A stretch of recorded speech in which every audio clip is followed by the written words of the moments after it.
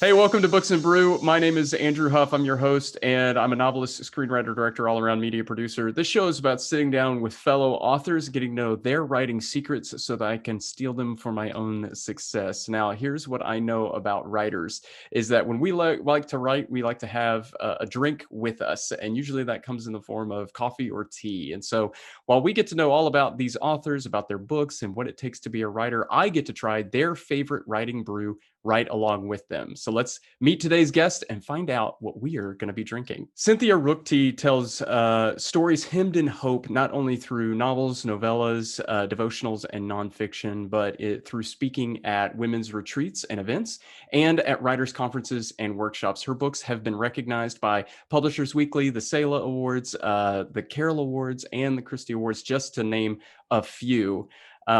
She's the Professional Relations Liaison with American Christian Fiction Writers, is a founding board member of the Deliver Hope Ministry, and is also a literary agent with Books and Such Literary Management. She and her husband live in the heart of Wisconsin, not far from her 3 children and 6 grandchildren. Welcome to the show, Cynthia. Thank you so much. This is a joy. When you were talking about the awards, I kind of rubbed my nose. Nope, it's not in the air. I'm very humble about all of that business and very, very grateful. Yeah. Well, and I condensed that list because it's a pretty big list. And I also did not mention that it's not your latest book, but Afraid of the Light, which I believe came out last year, was a bronze winner for the Forward Indie Awards, if I'm not mistaken. So That's congratulations on that. Thank you. Thank you. That's very meaningful one because it's a general market organization recognizing things good that are happening within the inspirational market. So I appreciate that. That's awesome.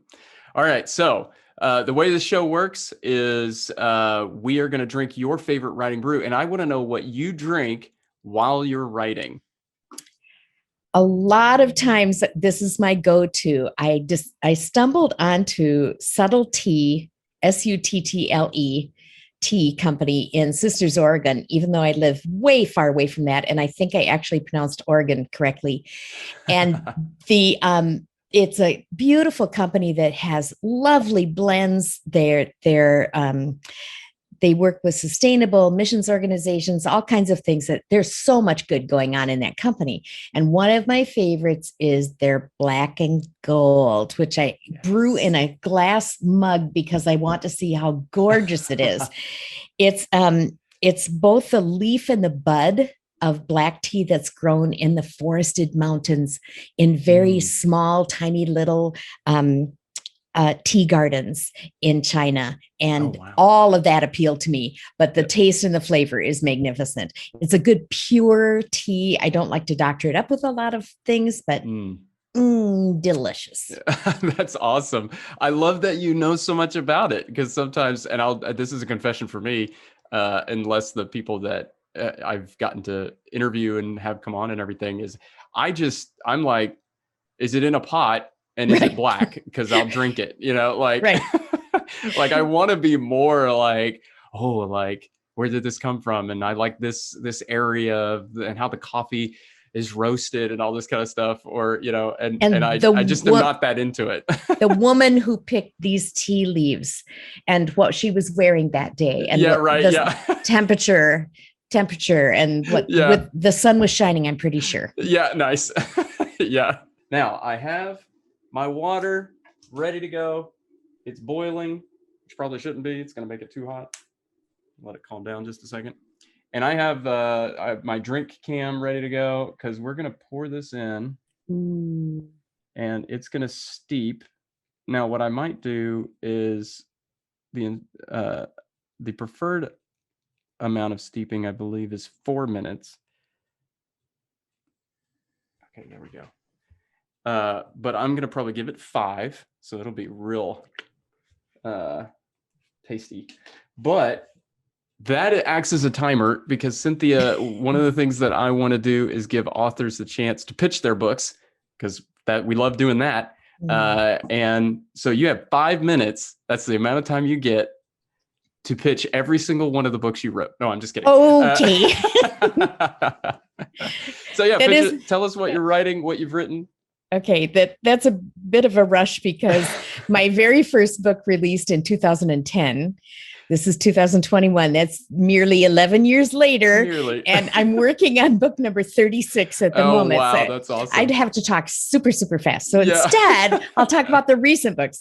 There you I write both novels and nonfiction, which is not a normal necessarily combination, because usually it's either one or the other where you really focus your attention. But for 33 years, I had written for a radio broadcast where I was writing a script for the broadcast that was all dialogue, slice of life, scene from everyday life. And then after the musical interlude, a little a devotional thought of how what we learned from that kind of scene, or what God had to say about that scene. And that meant that I was prepped to write both fiction and nonfiction when I began to study and investigate what it would take to write not 8 minutes worth of material, but perhaps, or 15 minutes worth of material, but perhaps a whole book's worth, which did take an education. It took an education. After all those years of writing professionally, I still needed to learn how to write a novel. I think that's an important tip for a lot of people.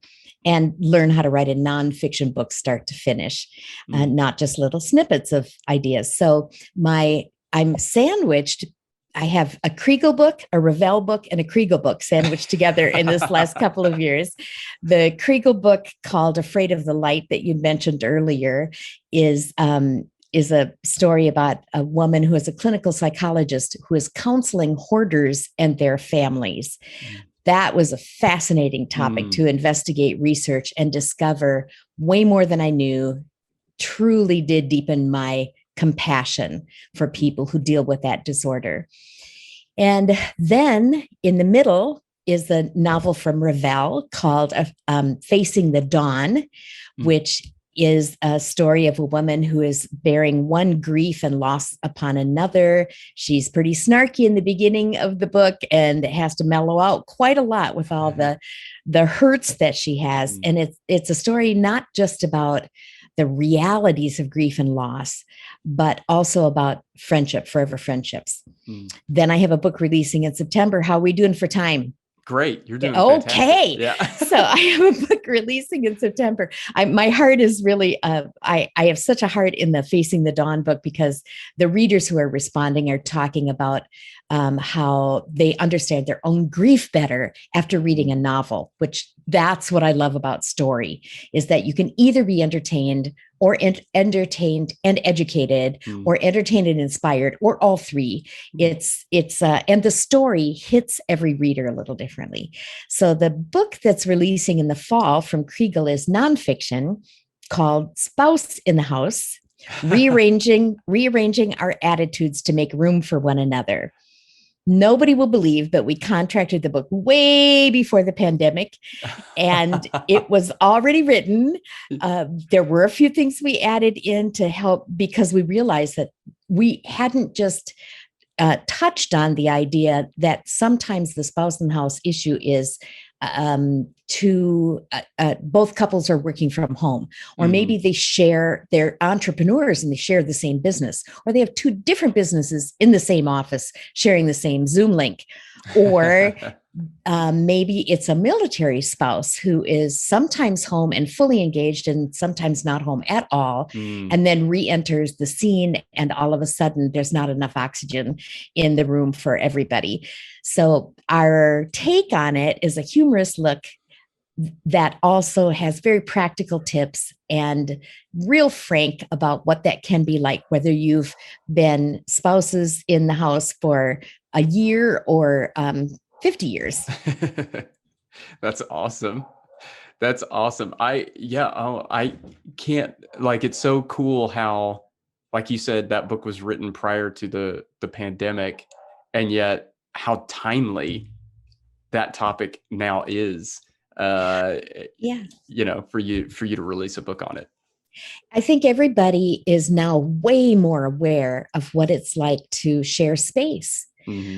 So much more aware, because everybody was doing it. And then sometimes that meant also in the family room were 4 dogs and 3 children doing schoolwork from 3 different schools. Yeah, right.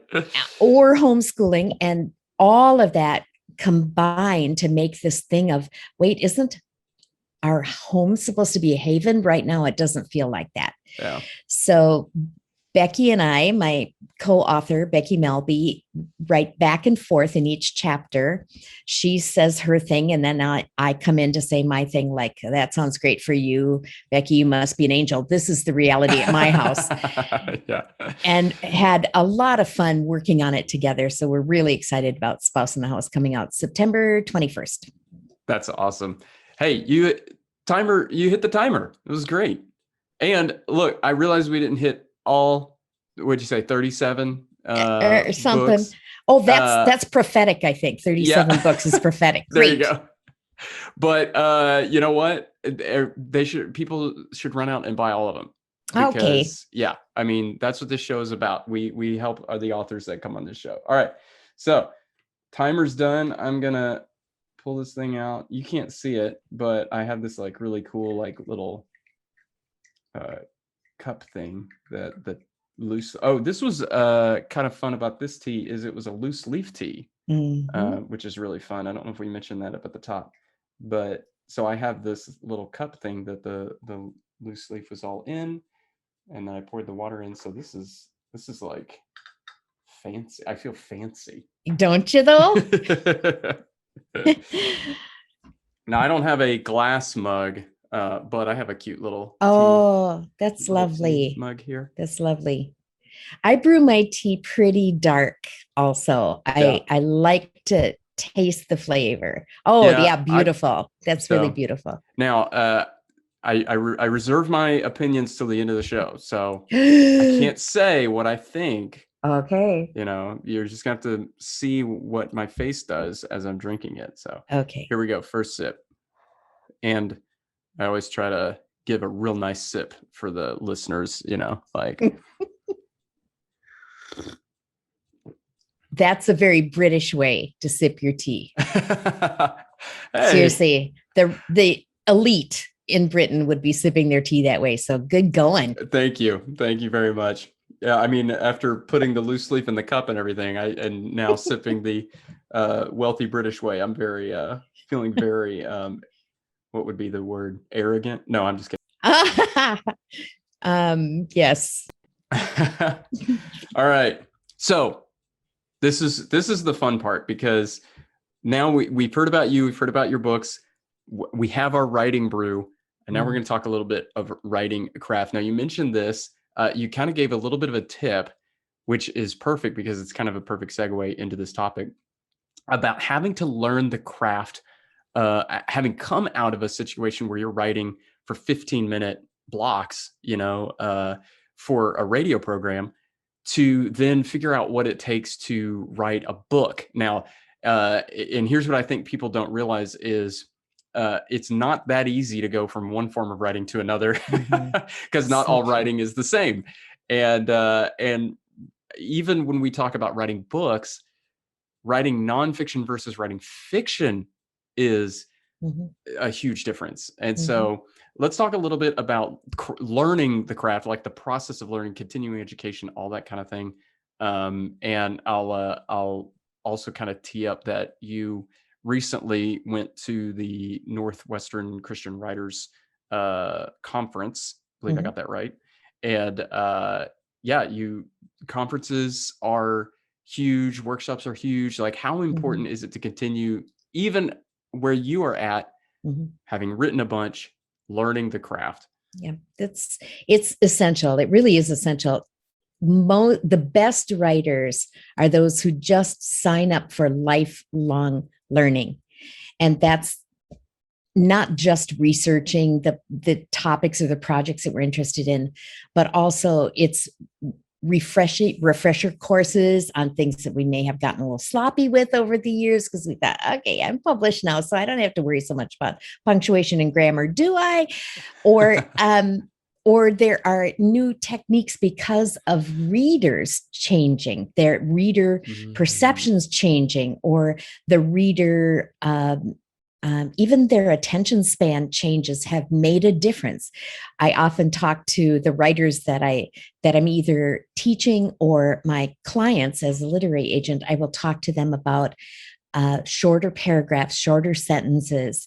They're In Charles Dickens' day, he could fill an entire 2 pages with one paragraph, margin to margin, because they wanted to make best use of paper also.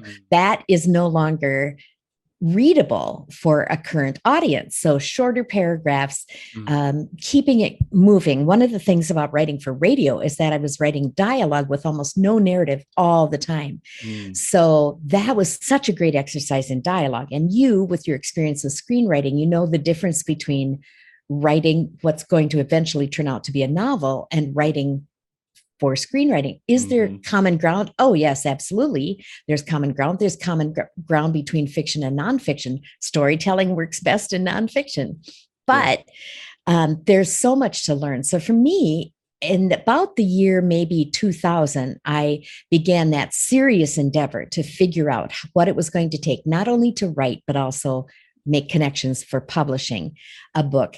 And I went to conference after conference. I joined American Christian fiction writers, at really knowing very little about the craft of writing a novel, grew up so much within that community where there was networking and there was learning from experts and then reading what they had written and then finding a good critique group. So much can happen in a conference setting or a community like that, where you're finding maybe that the people you're running into at the conference aren't just author buddies, but they might wind up having the little tidbit you needed that opens up the research that you needed that you couldn't find the answer to. Or it might be someone who has a connection with someone that you need that interview in order to write the best book possible. It also may be that they have an agent that they're real pleased with and can make that kind of backdoor entrance for you. Or an editor, or they've had experience at different publishing houses and their experiences help inform part of the education too. We often find it very interesting to show up at a writer's conference and sitting right there in the classroom on craft are the Francine Rivers and those who have been doing this for many years, furiously taking notes. Yeah. I was, that's so like so right. So like what has been my experience as well of really growing and learning the craft by being immersed in the community. And I think for some people there might be a little bit of a hesitation of, oh well, I'm not a writer, or I haven't written the book I want to be, but I don't want to go to these conferences, or I don't want to go get involved in these communities because these people are so much further along than me. And like, I would just say if someone was feeling that, like the vast majority of people are going to be right where you are, right. Which is needing to learn, needing to make those connections, because nobody walks in there as I was born with the gift, and like never had to learn it because it just flows. Like, I think for a lot of writers, and I think you might attest to this as well, we almost have to beat the stories out of ourselves. So it doesn't come naturally. I don't want to say that. Often that is the way too, that no, that's not what I want my character to do. But the character says, oh, yes, you will. Yeah. So here we go. Another part about that you tapped into is the idea that as we're connecting with people, the hard part is that we would love to just write in our little caves. We're happy. Many of us are introverts. We perform pretty well in public when we need to, but we're introverts at heart and love the quiet and love just creating in our own little caves. But that's not possible. It might have been at one time, but it isn't possible anymore. And it's not the most effective for a writer. So everyone coming into this room has the very same emotion of people. At a conference, I have to be with people for the next several days.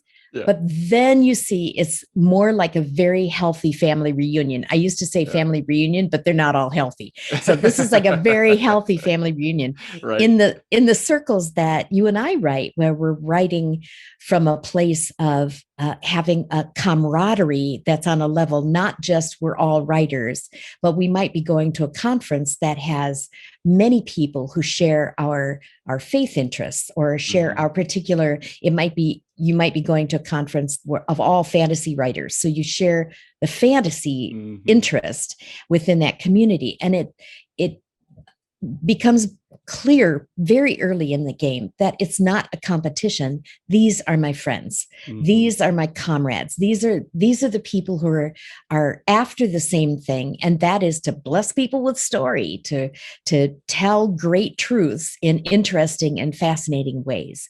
And the addition of that benefit to it changes the atmosphere. It changes the air in the room. So we go from that place of I'm scared out of my liver, which if I was from Assyria, that would make sense. And to a place of, I think I finally found home. I found home. These are all people wrestling with some of the same issues I am. Yeah. So that the value of that is so important. But also what you will find there is that almost to a person, everybody there who is a little farther along than you are finds great joy in helping to reach behind and help bring you up a little bit farther too, because that's been the pattern in their own life. I had mentors before me, whether they even knew they were mentoring. I was watching them and learning from them. There were several people who would speak a good word over something I'd written, and that was enough to keep me going, to keep learning and keep growing. So yeah, that's awesome. In a nutshell, that basic idea of ongoing education, being with the community, whether that's virtually, if it has to be virtually or in person, is very important. And eventually you're going to have to let somebody read your work if you're a writer. So if you can have someone kind who's been through this before, read your work and listen to your work, it's going to be a huge benefit, a great big leap forward. That's all right. So let's shift a little bit to your perspective as a literary agent as well. And I don't want to spend too much time on this because this is a show about the craft of writing. I do like pulling back the curtain a little bit for viewers on the on sort of the process of publication. And here's what I would say is for you to talk about this, because we've been talking about the process of pitching and the process of sharing your work. And when people come to me and they say, hey, I've got this book, like I want to try to get it published, the very first thing I'm going to tell them is start looking for a literary agent. Because that's really where the process starts. Yeah.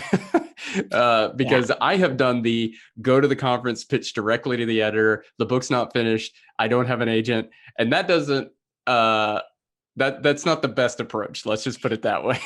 In some ways, what that does is it makes a great big long gap between that moment at that appointment and when you can actually follow through with something, which can be problematic. But you're right. I didn't realize I got an agent and my first contract on the same day, which is not normal. I understand that, but there are these not normal stories scattered all over the writing community. But for me, at first I wondered, well, the contract is going along pretty good. I don't really understand all the contract language, but this is a reputable publisher. So I'm probably okay without an agent, right? But after day 2, I realized, no, an agent was absolutely crucial for my career. But the level of agent means not only do you have an automatic foot in the door because of your agent's relationship with the publishing houses and with those editors, and the agent's understanding of what is the publisher and editor looking for, what are they not looking for, what's going to make an automatic yes, what's going to make an automatic no in the process, as well as I do a PowerPoint that has 40 slides on can an agent do for you? We won't go through that today. But the really interesting part is if you can convince an agent to take you on, because that's a commitment from the agent's point of view that not only starts a process that will fine tune and hone the proposal and your work and get it most ready for the publishers and editors at the publishing houses, but it also it adds a level of quality control in a way to that as well. But it also shows the editor or the publishing house representative that you have won the heart of an agent with your work. That's kind of a simplistic way to put it. But what you've also done is you've invited somebody along on your journey who will have a perspective that comes from the professional side of the business that will be such an asset to you as you move forward with the career. I have a variety of clients who they're still working on their proposals, but we've taken a very intentional look and strategic look at what will be best for you. That book that you were pitching so hard, that would be a great book 2 for you, but not book 1. Book 1 will help establish your brand and career better. So yes, there are a lot of advantages in that process. Your advice is very well received because that is absolutely true.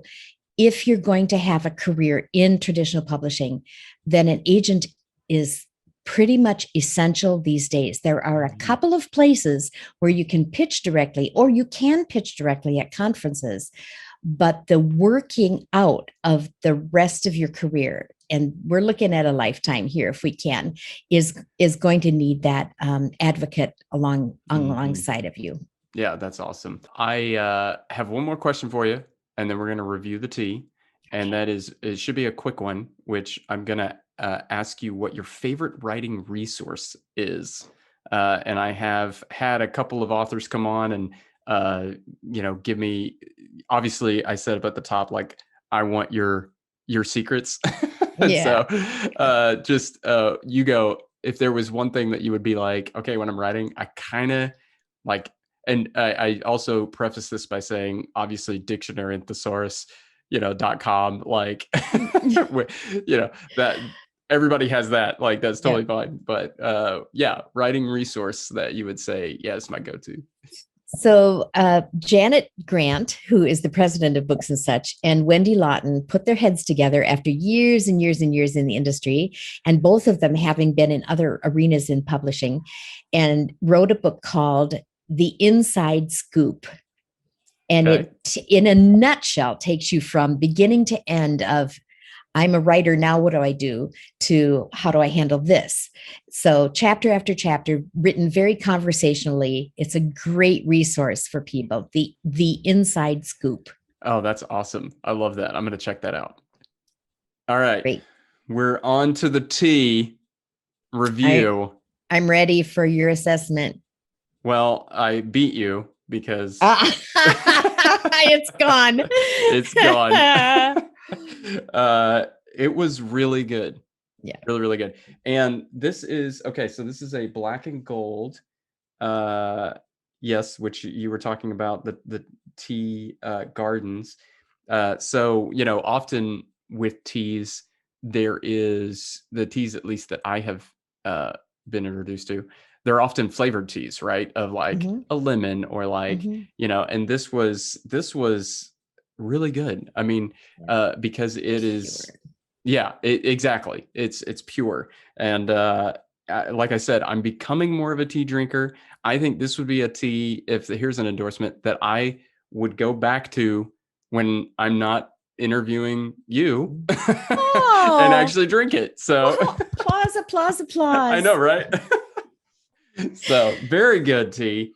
If you're into tea, recommend Subtle Tea, which I get it. I get the name reference, Subtle Tea. Yeah, got it. Yeah, get it. From Sisters, Oregon, based in Sisters, Oregon. You guys can, it's going to be linked down in the show notes. And you can go buy your own Subtle Tea. So there we go. That was great. Cynthia. Yes. How can we find you online, follow you, tell us about your platforms? Well, I'm not online and I'm not on any platform. So, oh no, that would be the death of a writer, wouldn't it? Yes. So they can go to cynthiaruchti.com. It's tough to spell, CYNTHIARUCHTI.com, or they can reach that same website by going to hemmedinhope.com. My tagline is, I can't unravel, I'm hemmed in hope. Yeah. I'm on Facebook under Cynthia Ruchti or Cynthia Ruchti reader page. On the website, they can get direct links to all of the social media, Instagram, Twitter, Facebook, profile, and Facebook author page. So awesome. That's probably the best way to go. And if they signed up for the newsletter, which is actually now a mini magazine, then they can get even more resources. So that's awesome. Yes. Right on the website. There we go. Sign up for that newsletter. That's perfect. And you can go to my website, andrewhuffbooks.com, to find out more about my book series. I do have a newsletter you can sign up for. It's not a mini magazine.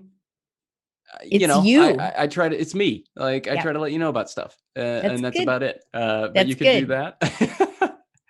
And thank you for the tea. Thank you for all your writing secrets. I'm taking them, using them for myself. Hopefully I'll be more successful. Also, if I keep drinking your tea, hopefully, one day soon, I will have as many books as you do.